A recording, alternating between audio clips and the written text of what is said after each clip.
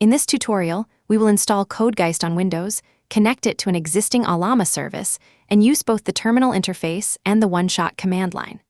Ollama and the QN3 4 billion parameter instruct model are already prepared.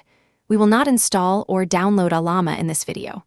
First, open the Codegeist installation guide and find the Windows section.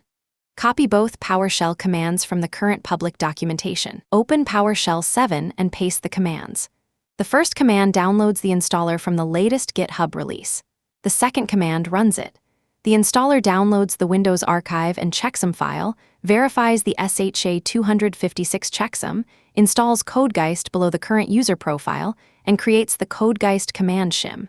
The installer prints the bin directory that can be added to the Windows user path. For this recording, we add it to the current PowerShell session and verify Codegeist version 0.5.0. Ollama is running outside this Windows virtual machine. QEMU makes the host available at 10.0.2.2.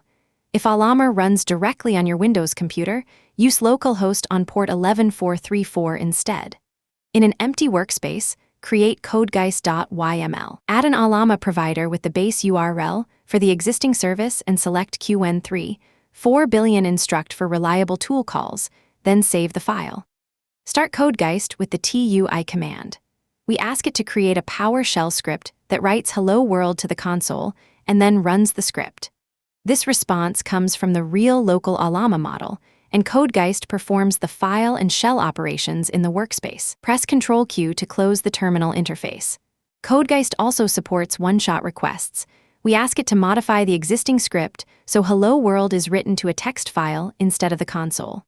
Finally, PowerShell shows the modified script and confirms the content of hello world.txt. Codegeist is open source. Visit codegeist.ai or the Codegeist repository on GitHub to learn more.